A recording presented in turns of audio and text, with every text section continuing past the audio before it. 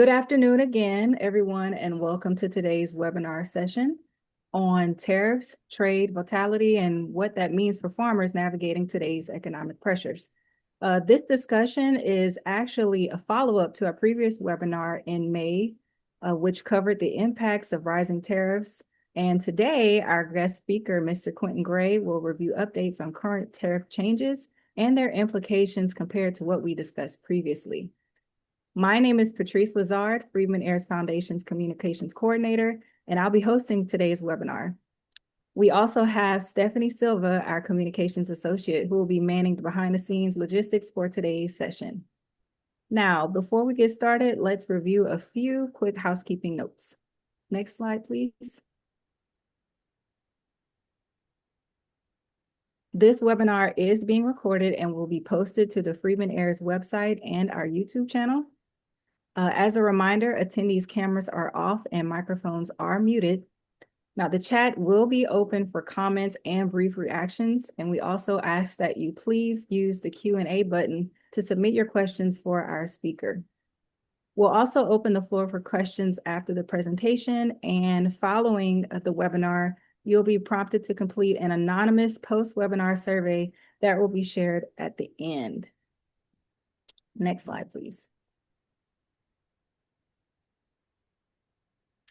Freedmen Heirs Foundation is a nonprofit organization with a mission to empower small and mid-sized farmers to build generational wealth by expanding market access, providing technical assistance, and enhancing financial resilience.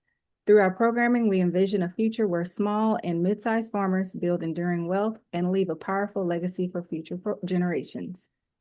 If you'd like to learn more about Freedmen Heirs Foundation, please visit our website at www.freedmenheirs.org or follow us on all social media platforms. And if you haven't already done so, we ask that you please sign up to join our email list to stay up to date with the latest Freedmen Heirs Foundation news, program updates, events, and opportunities. Next slide, please. Now, today's guest speaker is Mr. Quintin Gray, Agricultural Trade Advisor and President and CEO of Q Gray and Associates. Now, Mr. Gray is a good friend of our organization, and he's well-versed in agricultural trade policy. So we're excited to have him present updates on the current trade climate and what this means for small and mid-sized farmers. And with that, I'll turn things over to you, Mr. Gray. So much, Patrice. And thank you so much to the Freedmen Heirs Foundation for inviting me to speak. And I'm going to get started to tell you, I love that saying, get your drink, sit down and relax, because I'm going to try to tell a story. I think the best way to explain anything is to tell a story. Let me know when I can get my presentation up, because right now I don't see it. So should I go ahead and go back to the share portion to get it again? Let's see. Yes, sir. Okay. You should be able to access it. Here we go. Oh. Okay. All right. First of all, the first thing I want to do is I want to get us all on the same page with respect to this word that we've been hearing a lot about lately, and that is the word tariffs and trade. There's been a lot of discussions about it. This is my favorite picture to use when I explain trade. I wish I had a rock. I wish I had a stick. And the way the cavemen used to exchange, they used to do what's called barter economy. They used to trade things they wanted to trade. So over time, trade became a little bit more sophisticated than that. You had ships coming mainly from Europe to the United States, bringing the settlers supplies. And then you had the settlers. Can you hear me? I don't see your presentation. Can you share it again, please? Oh, okay. Sorry. I'm so glad that you stopped me, because I would have been going the whole way. All right. All right. Technical issues will happen. Let me just get out and share it again. Okay. 1 second here. I'll figure it out how to do this.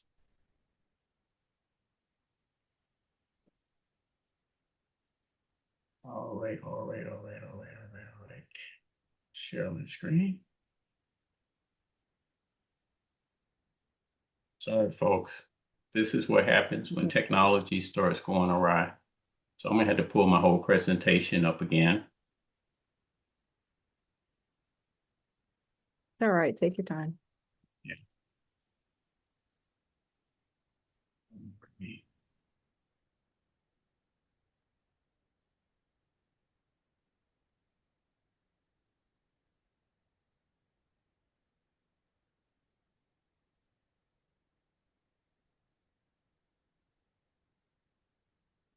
We good now? There we go. Perfect. We got it. Okay, so let's go to this picture, the one that I like the most to explain trade. Look, having been in the trade business for 30 plus years, stuff happens all the time. And what we've gone through the past year has been, I would say, warp speed does not even explain it. Just crazy, absolutely crazy is the best way to explain it. And I'm going to tell you why I say that. Um, I was involved with trade. I've been involved with trade as a foreign service officer for many, many years. I've seen trade disputes. I helped solve one early in my career when an importer from Cote d'Ivoire, Ivory Coast, got a box of meat with fat and interdispersed in the meat. And then they called me from the embassy. I believe my boss wanted me to go because he wanted to see how I was going to handle it. So I went there and I witnessed that fat that this company had put in, a US company. And then I explained to the importer that there's a process for him to get compensation for that product that was adulterated.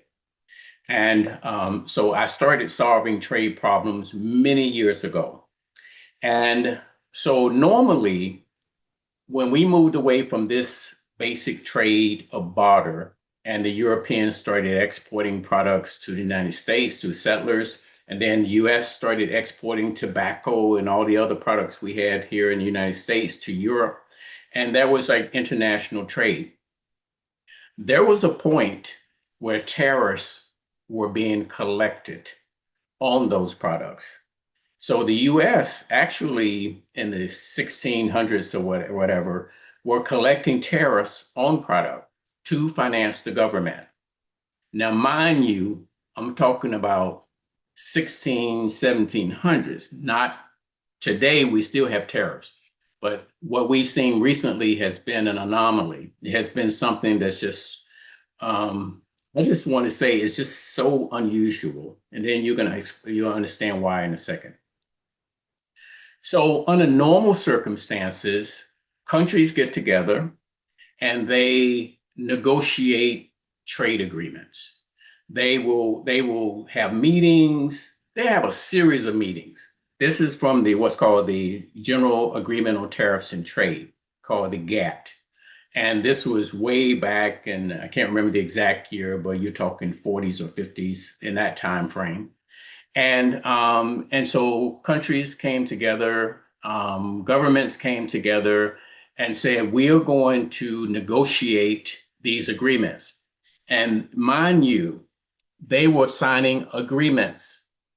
Agreements are binding, which means that you are obligated to do certain things.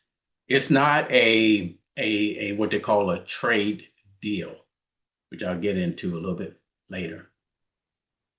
So North American Free Trade Agreement is the agreement between Canada, Mexico, and the United States. And at that time, when this agreement was signed, I was a young man working at the Department of Agriculture as an agricultural trade officer. And I was actually at a big industry event to celebrate the signature of NAFTA. Now, NAFTA was replaced by the U.S. Mexico Canada agreement. They call it UMCA. That agreement took the place of NAFTA during the first Trump administration. So the point I want to make is this.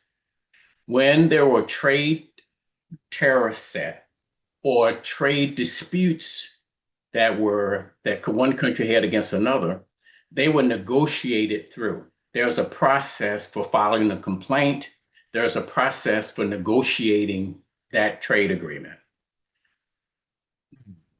What this presentation is going to do is I'm going to talk about where we were in 2024 before the Liberation Day of April 2nd, 2025. And that Liberation Day changed the whole trade environment for the world. And I'm going to explain to you exactly what has happened since April 2nd. And then I'm going to talk about what farmers and agribusinesses should do to tariff-proof their businesses.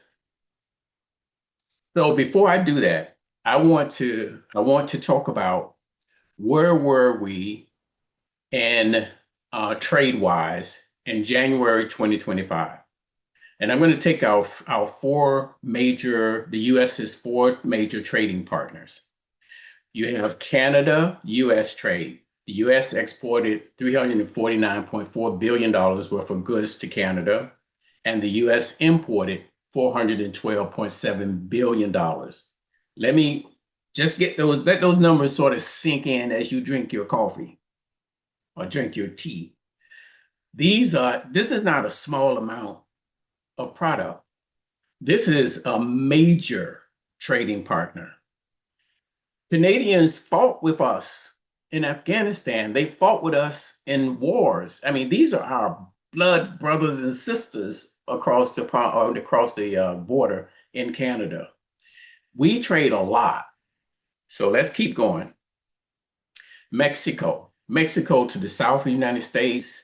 US exported $334 billion in goods and services. Mexico exported $505.9 billion to the United States.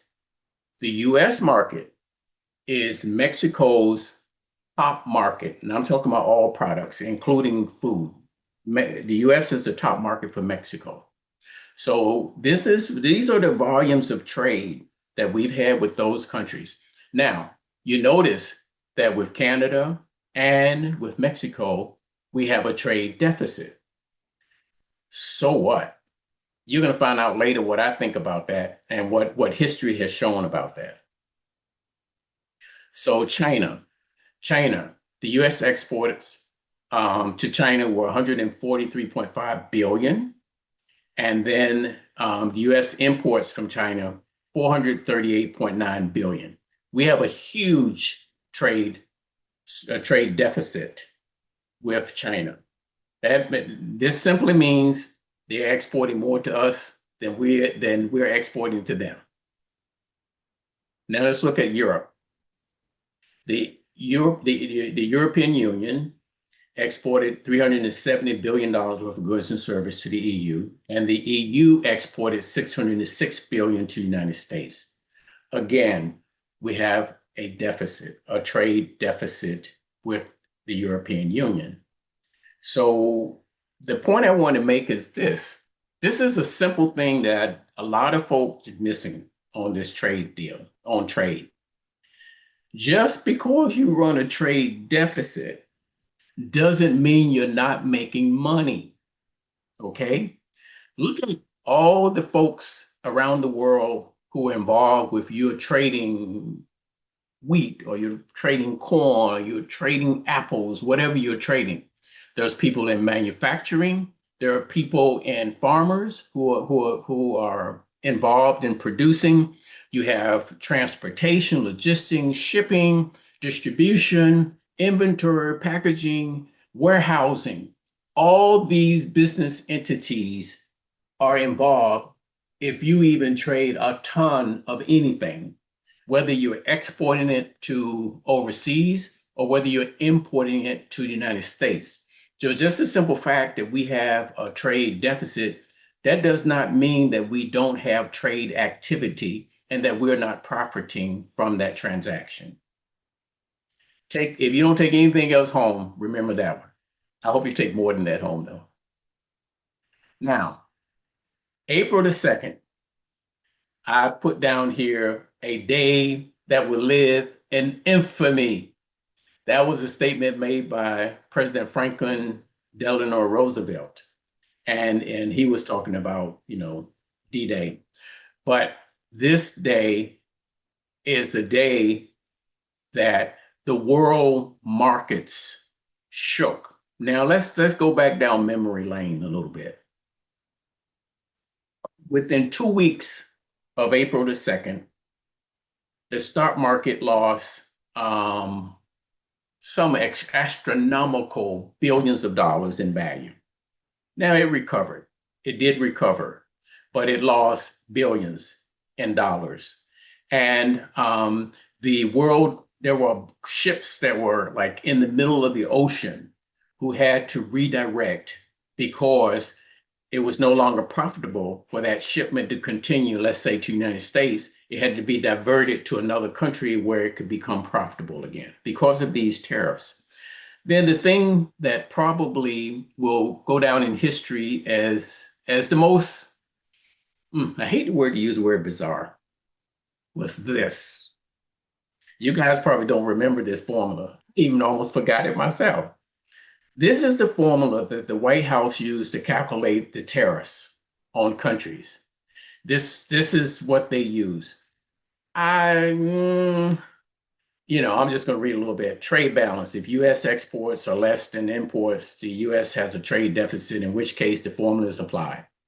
Regardless of country, the U.S. basically divided the trade balance by the value of imports, blah, blah, blah, blah, blah. And then to top it all off, if none of these applied, we're going to give you a 10% tariff on top. Even if we have a trade surplus with you, we're going to charge you 10%. The world was just like, what in the world is going on here? Why are we doing this? What are we doing? They're trying to figure it out. So that formula will be in history books for many years. So the consumer pays tariffs. I've said this, I've been saying this all year. The consumer pays the tariff. Now, who pays the federal government?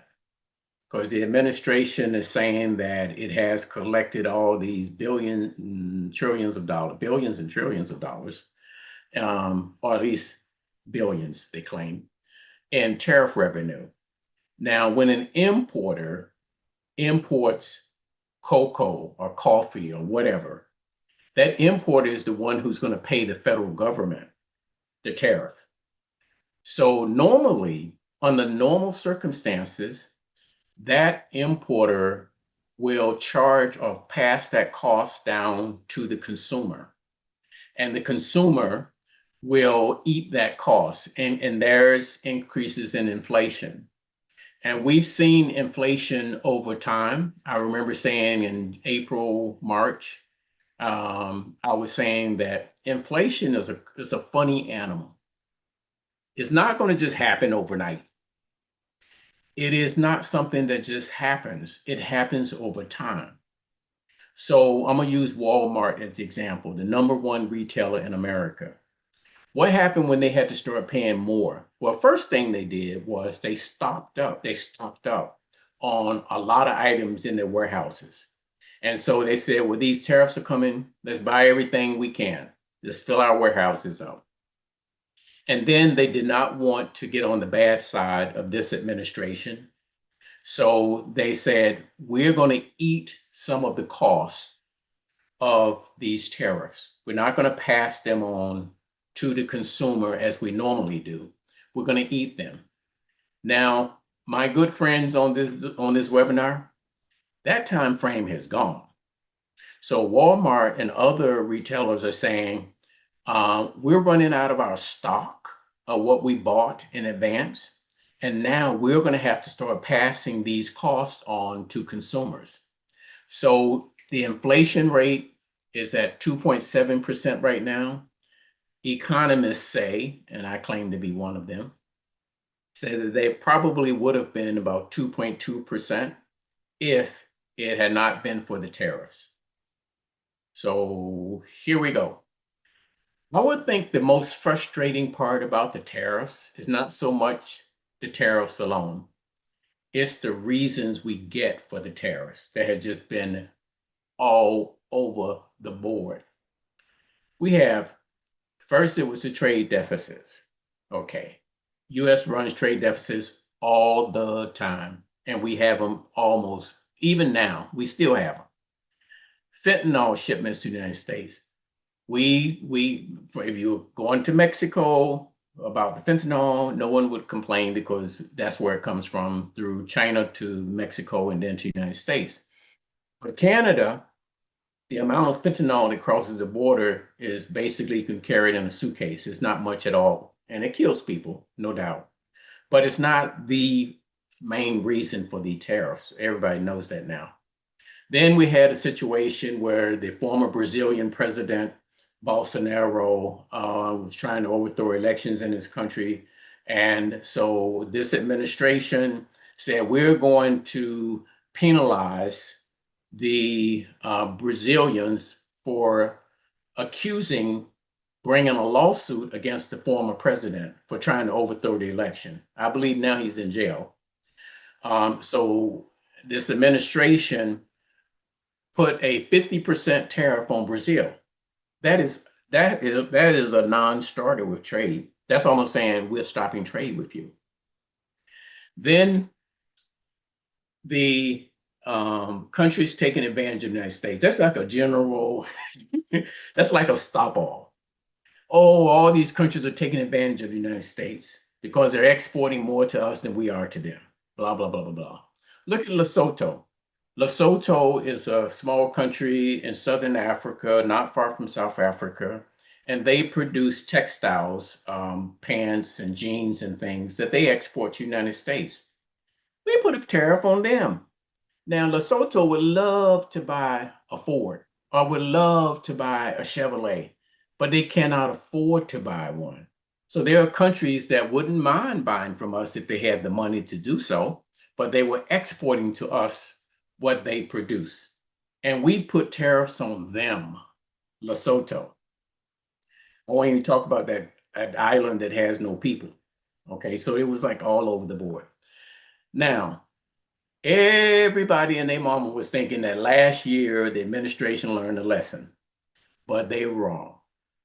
So this year, the administration just threatened tariffs on EU countries that do not support the US's purchase of Greenland. You see, I mean, these tariffs have been like all over the board, and the market reacted just a day or so ago by a steep drop and then came back up. And I'm going to talk a little bit about what's going on with the stock market and trading because tariffs is a tricky thing. It leads to different results for different folks. And then lastly, the administration has used the International Emergency Economic Powers Act. And you're going to hear a lot about this going forward. A lower court has said that the administration cannot just willy-nilly put tariffs on countries, that it has to go through Congress.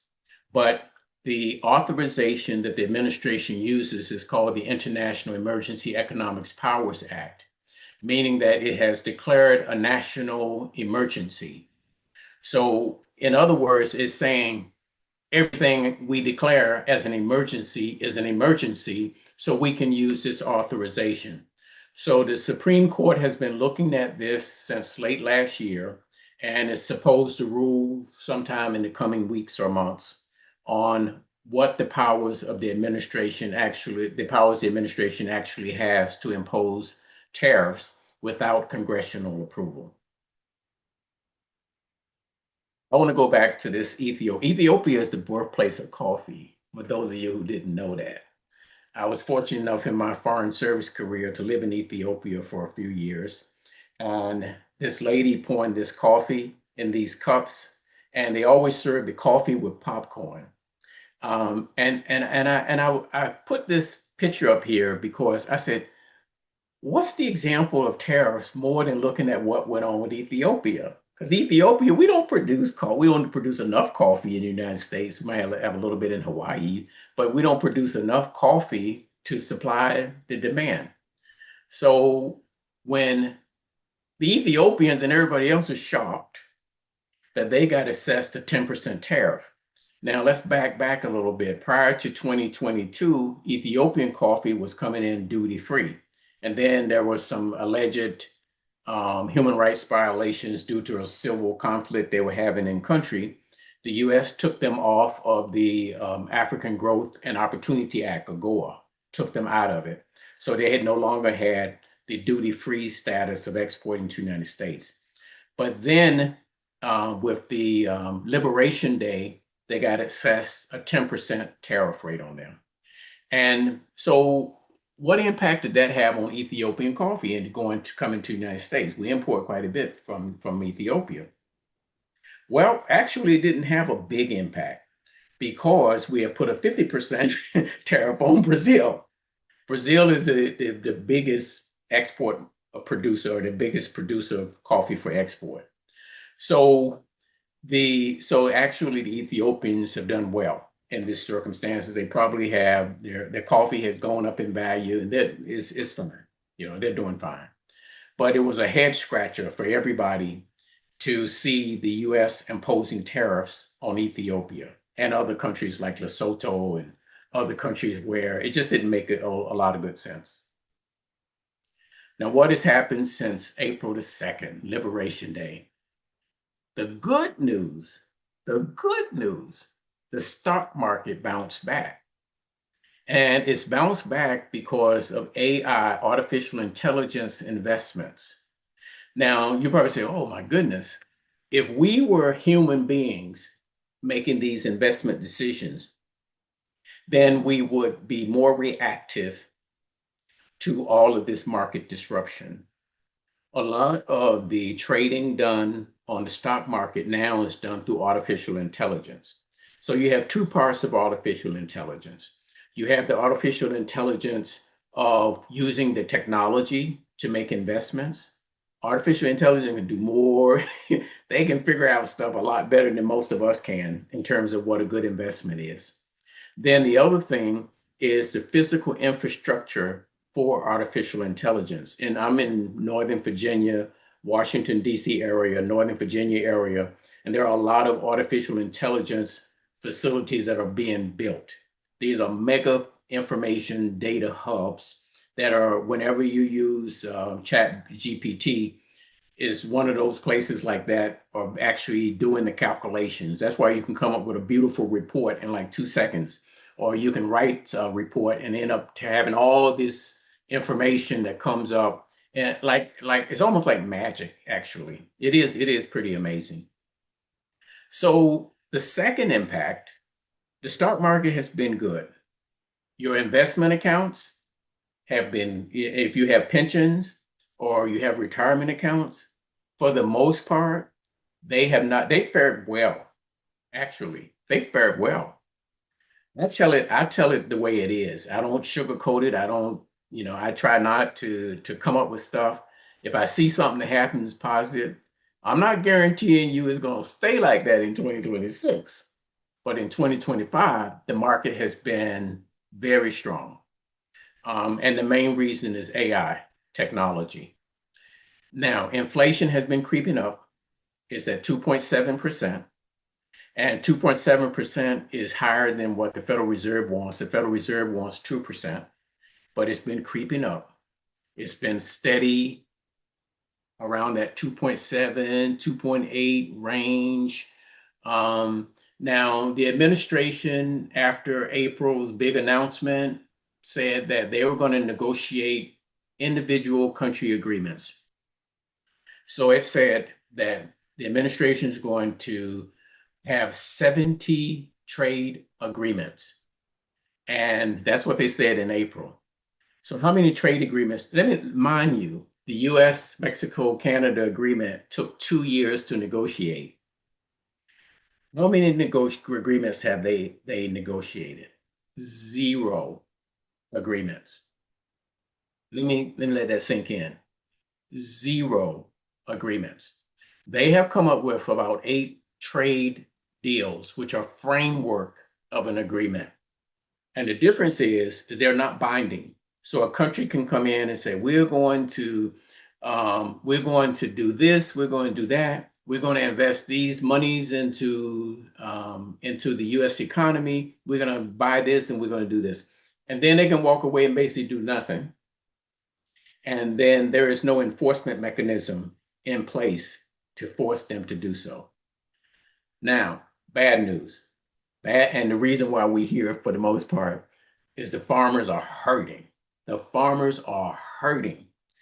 Now, I don't know how true this is, but in the news media, Arkansas farmers, almost 1/3 to 2/3 of Arkansas farmers are poised to file for bankruptcy. Okay. And the number of farm bankruptcies is going up. It was last year, it's expected to go up this year for three reasons. Well, two to come right here on the sheet. For low commodity prices, high input costs. It's expensive to buy inputs now, fertilizers, etc. And then the export markets they had and relied on have been declining. And that's because of the disruptions made in a tariff situation. I'll use Canada as the example. Canadians used to love that Kentucky bourbon. They really loved that Kentucky bourbon. They were a big client of the United States in Kentucky bourbon and alcohol. So as a result of the U.S. I keep saying administration because I want to make it general. The administration basically started talking about making Canada the 51st state, and that really kicked them off. So a lot of the provinces decided they were going to pull the product off the market, and that's where we are right now. A lot of the provinces in Canada are not carrying American goods, so we've lost the Canadian market. We got the Chinese mad at us because they mad at us because of those tariffs. And in September, when we should have been selling soybeans to China, this Chinese said, we'll teach them a lesson. We're going to buy zero of their new crop. So in September, when the China should have been purchasing from the United States, they were purchasing nothing. Okay, zero. And they said, we're going to buy from Brazil. There we go. Brazil is taking our market. And then to make insult, to make things, to add insult to injury, then the US gave Argentina a sort of a aid package of like $20 billion aid package to Argentina. What did Argentinians do? They turned around, reduced the tariffs on their product, on their soybeans, and sold to China. Boy, you talking about some farmers that are just mad. I mean, mad, just angry at us, the administration, for doing that. Okay. There have been negotiations since then. That's the next bullet point I have here. So the administration made a deal with China to purchase a certain amount of soybeans, I think 12 million metric tons of soybeans from the United States before the end of the year. Now, that deadline of the end of the year slipped to February, but apparently, at least based on what I'm reading, the Chinese have purchased about $10 billion worth of product. So they're on target to meet that 12 million by the end of February, which was the date push. The last time we had a trade war with China only, think about this, not the other countries in the world, not the EU, not all these countries that were affected by Liberation Day. The US farmer lost $28 billion. $28 billion. At that time, there was an aid packet of, I think, about $23 billion that the US Department of Agriculture made available to farmers. This year, the relief package is for $12 billion. I know it sounds like a lot of money.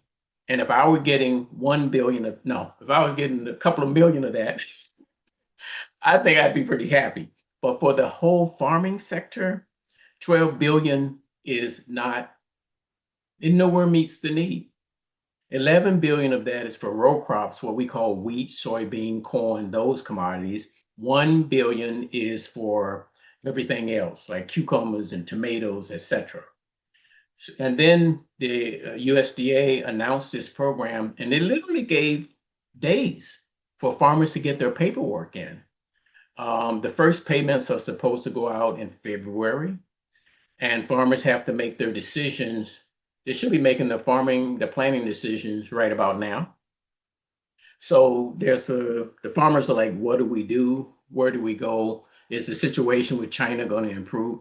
I'm going to tell you right now, China has invested money in the Brazilian agriculture, has invested in infrastructure, and is gearing up to have them as their main supplier and to X us out of the equation.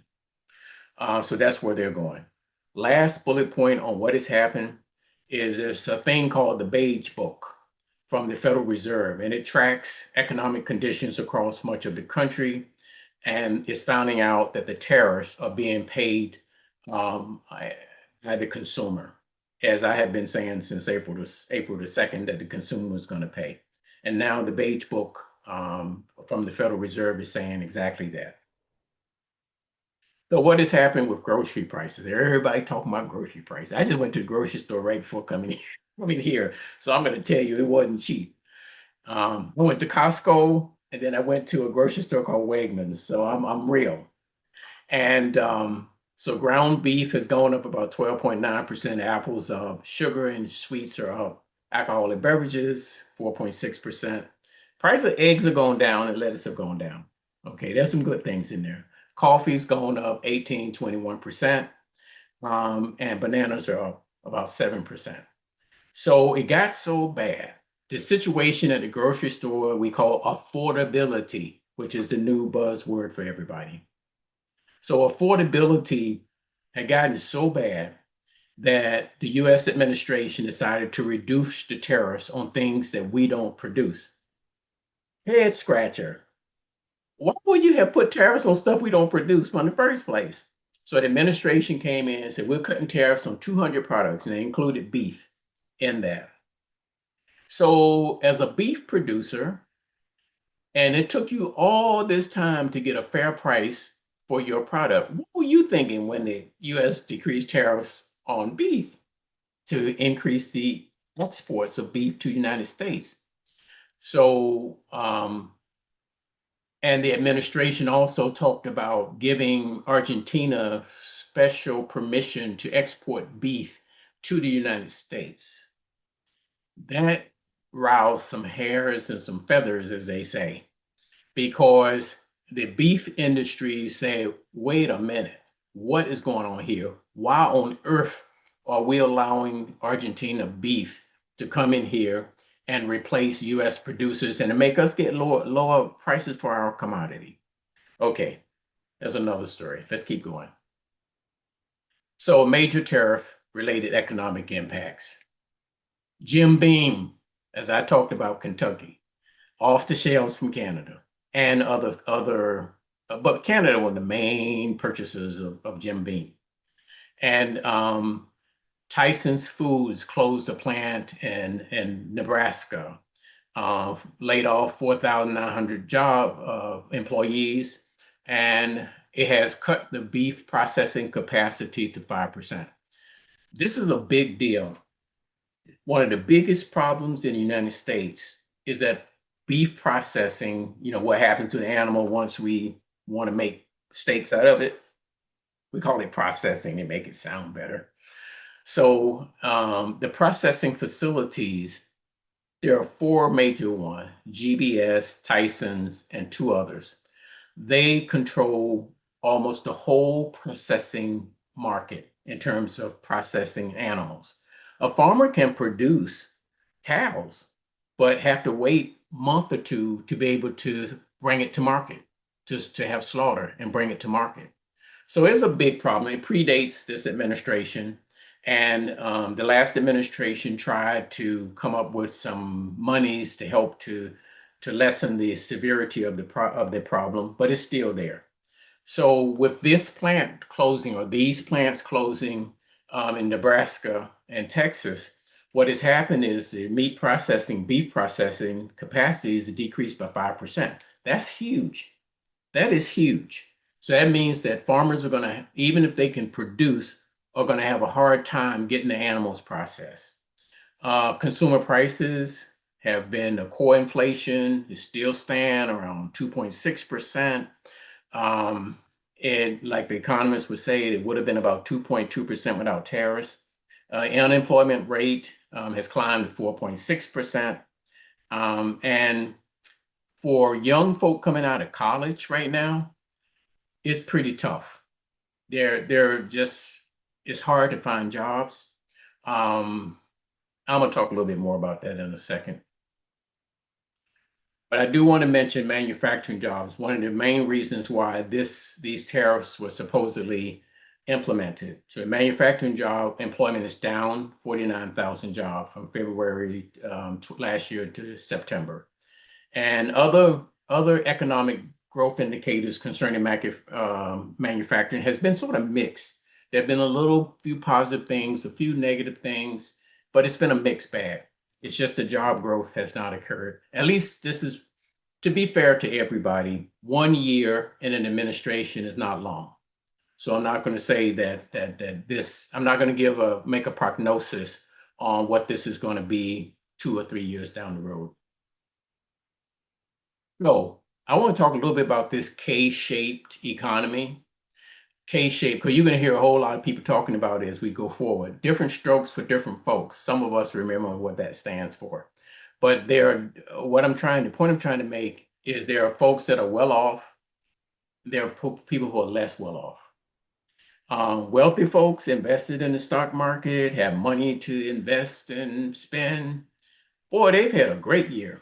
This year has been phenomenal for them. Our president and others in the billionaire class, this year has been amazingly good. Okay, AI investments are up. Pension funds are doing well. Thank goodness for that. At least I can say that was good for me. Now, who's hurting? Who's less well off? Farmers, the average consumer, not the folks that are sort of okay. I'm talking about people who live in paycheck to paycheck. New to the workforce, recent college grads are really, really struggling right now. They have high debt loads. They paid a lot to go to these colleges, and these colleges are still collecting money from them. Over $1 trillion of money that parents and former college students are paying on loans. Over $1 trillion of that is still being paid. And instability. Right now, there are rising costs and job instability. It's the market situation is pretty bad. Okay, here's the K-shaped economy.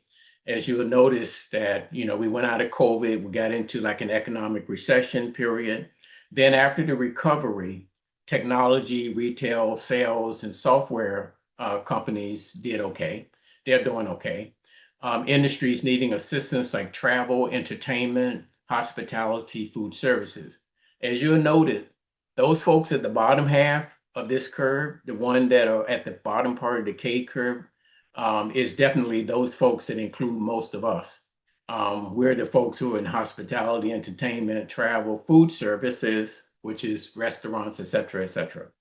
So we're the ones who are still in a sort of a recessionary period, whereas there's certain high-tech jobs that are actually doing pretty well. US in another trade war with China. I'm going to tell you right now. We keep going in trade war with China. I'm not going to keep too much time with this. I already talked about the fact that China is now at a point where they are buying soybeans again, but there's no guarantee, and they've limited their purchase of other products. So there's no guarantee that they're going to be purchasing like that in the coming year. Now, I'm getting to the best part of my presentation.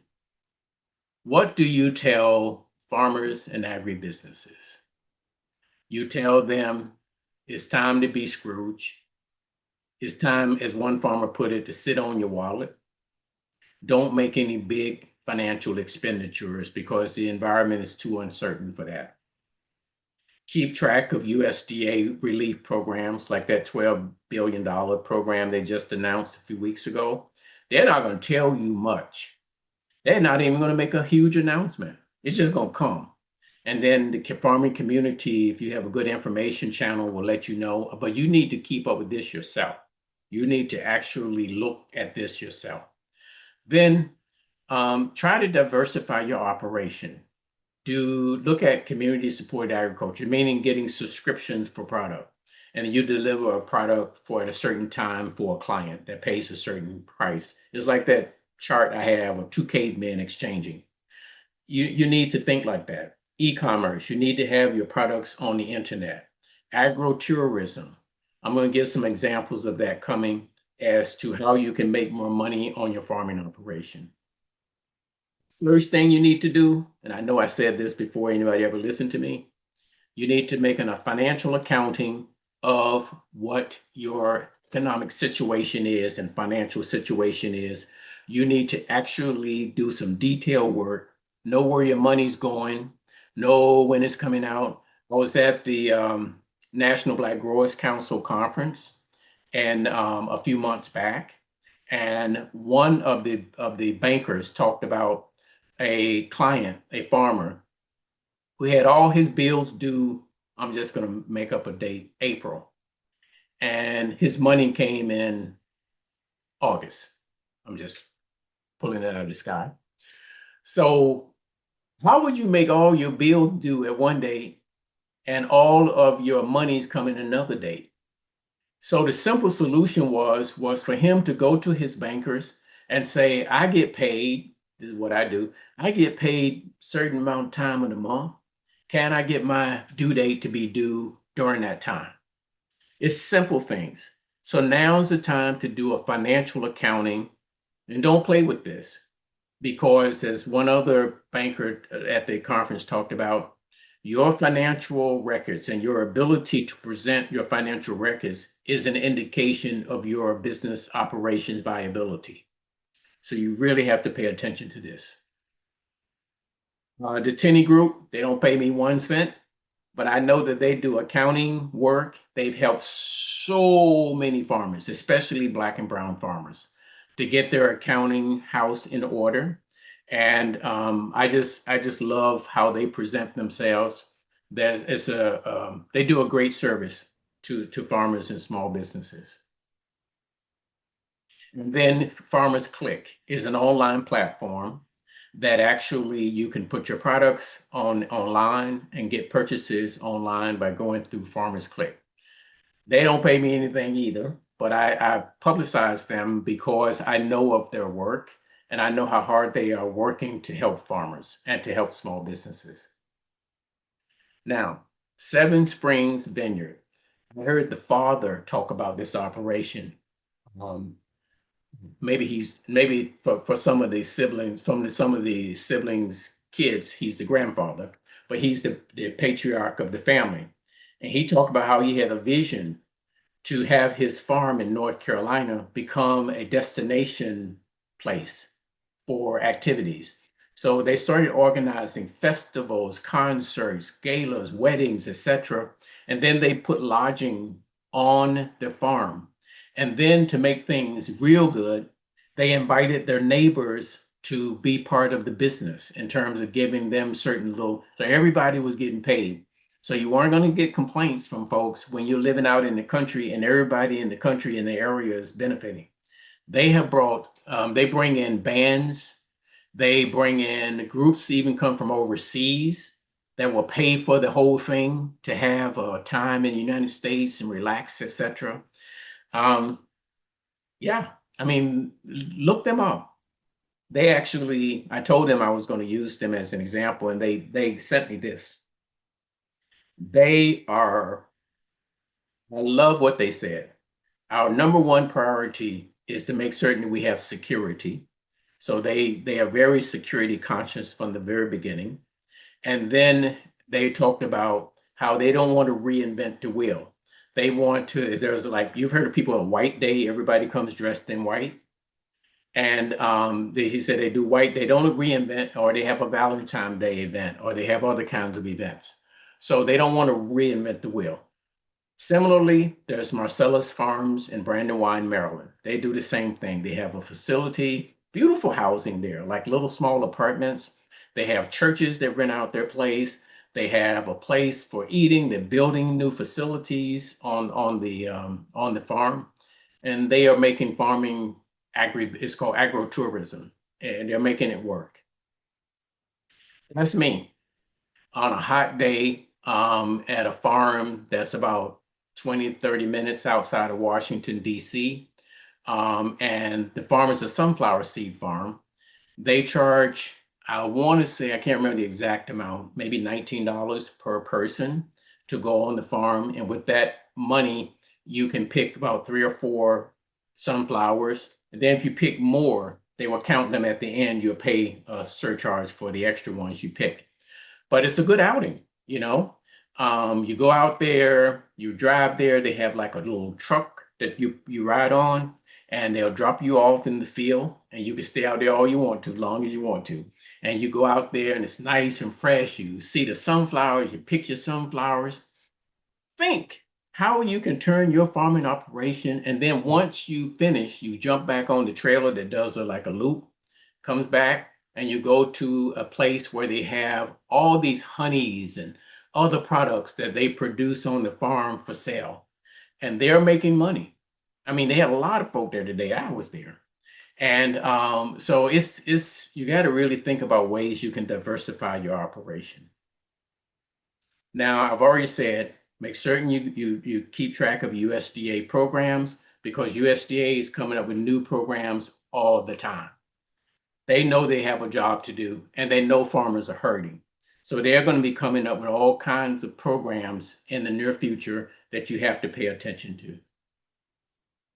As I mentioned before, I talk about tariffs and trade through my own forum that I created. And if you're interested, this is the link. And since I'm here for Freedmen Heirs, I'm not going to do my own self-promotion this time. But if you want to contact me, here's my contact information. And that's all I have. And I hope you got it. I hope you got a lot out of that, because I put a lot into it. Thank you so much. And I'm ready for any questions you might have.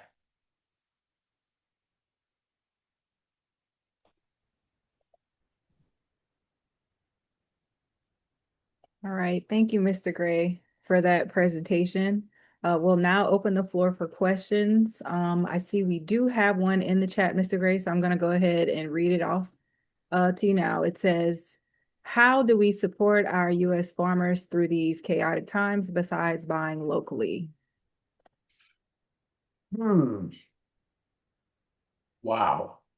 Um, Besides buying locally, because that's what I would have said. You should be supporting your farmers by buying locally. Now, the other way you can support farmers, and I'm going to say this because I've been working with farmers my whole life. I come from an Easter farm in Eastern North Carolina, as folk on the line might know, Williamston, North Carolina, plug for my hometown. Farmers in general are not vocal advocates. They are not the people who are going to get out there, and they're not going to, in general, be very vocal. If you want to support your farmers, and you've talked to farmers and they've expressed to you the difficulties they're facing now economically, share that with your congressman or your elected official, because it makes a difference. The elected officials are the folks who are going to be making legislation or supporting programs that are going to support the farmers.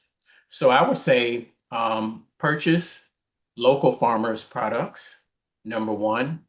I would say go to your officials and let them know that the farmers are hurting.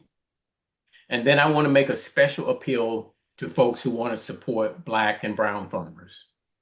That the history of what's going on in America with Black farmers, we've gone from 100 years ago, 10, 12% of farmers associated or identified as a person of color, down to 1 or 2% that identify as a person of color. So farmers are now, how do I support those farmers who are still farming? Some of the big issues that the farmers are dealing with, input costs, low cost for commodity, that's common to all farmers. But a problem that Black and brown farmers are facing deals with heirs property issues. That is, being able to pass their property down from one generation to the next. Now, there is some training that's going on through Alcorn University, um, the I can't remember the name of the center, and I know they're gonna be mad if they listen to this, but the center that deals with those issues of helping Black farmers, they're actually providing training for heirs property issues. And I would say be supportive of that kind of initiative, because that's going to help farmers to know how to get their property to stay in the family from one generation to the next.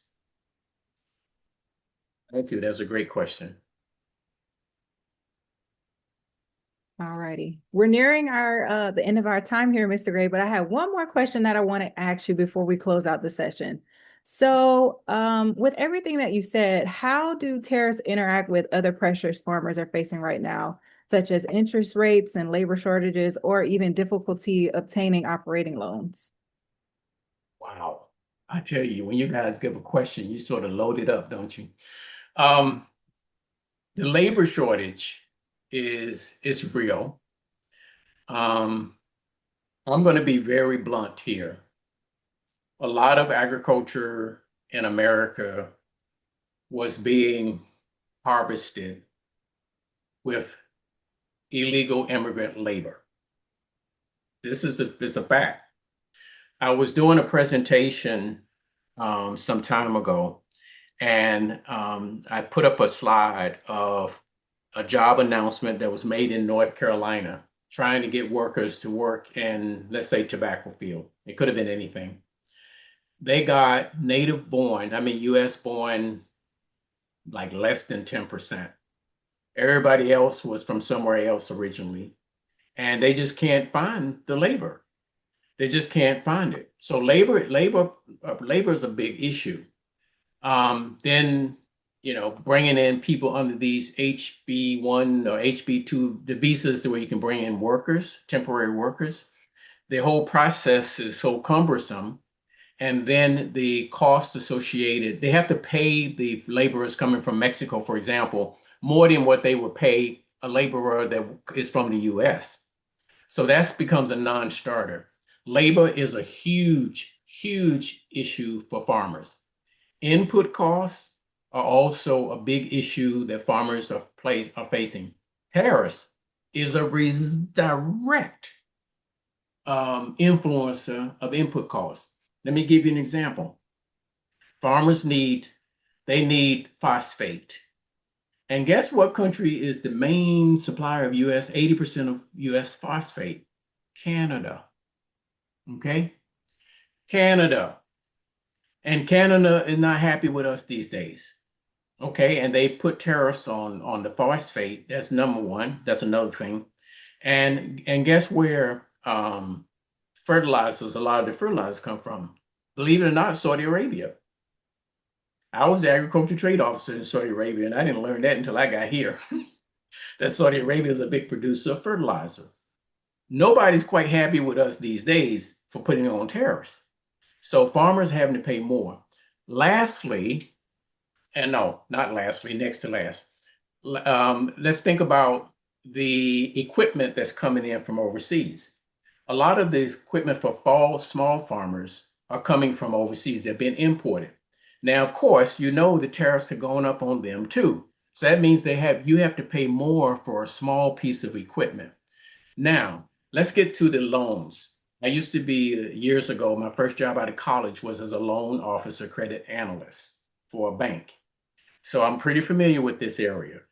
So agriculture lending is a different animal. Collateral that you take for from a farm is different than what you use for buying an automobile, for example. An automobile is the collateral, but for a farm, it's different. So farmers are facing a tremendous burden to get loans. When I say farmers, I'm not talking about Black, African American. I'm talking about farmers as a whole lot. They're having problems getting credit. Number one, they're already highly leveraged in terms of they have farming equipment that has high monthly payments that they cannot pay. And the reason they cannot pay it is because the price they're getting for their soybeans, wheat, or corn is not high enough for them to make enough profit to be able to afford the payments. And then they lost markets. So they lost a lot of the China market, they lost a lot of the Canadian market, they lost a lot of the market from other places. So they're sitting here. This is where the average farmer is right now, sitting here with commodities, and the U.S. producer is the top producer in the world, most highest quality and best. I believe that, and that's what I promoted my whole career. But you can produce the best soybean and get the lower price and not be able to pay your bills. So farmers are here now at a point where they should be making farming decisions, but they're going to the banker and they're getting some sobering news from the banker. The banker's saying, this doesn't make any economic sense. You're getting a certain amount of dollars for your soybeans. You pay this amount. You're still in a deficit. So how are we going to lend you any money? So right now, there are a lot of farmers out there that have to say, they have to make certain that it's a time of reckoning. For some farmers, they're not going to stay in business. They just can't. There are other farmers who will try, but they're going to plant less than what they normally plant. So this coming year, this coming planting season is going to be the most interesting one because now the farmers are going to be feeling a year effect of tariffs and what impact it's had on their input costs and what impact it's had on their markets that they normally depend on. And then their ability to get credit from the lenders has been severely hampered because of the current situation and tariff situation. I would say situation that the tariffs have created. Okay. All righty. Well, thank you so much, Mr. Gray, for all of your insights. And we're actually have reached the end of our time today. So I'd like to say again, thank you again for that insightful presentation. I know I learned a lot, and I'm sure our guests have learned a lot as well and really appreciate the information that you've given us. And thank you to everyone who joined the session for taking time out of your afternoon to participate in this webinar. So with that, I'll say, if any of you have any further questions or if you would like more information on today's topic, please don't hesitate to reach out to Mr. Gray. He has his contact information here listed on the screen, and I'm actually going to drop his email address in the chat right now. All right, you should all be able to see it.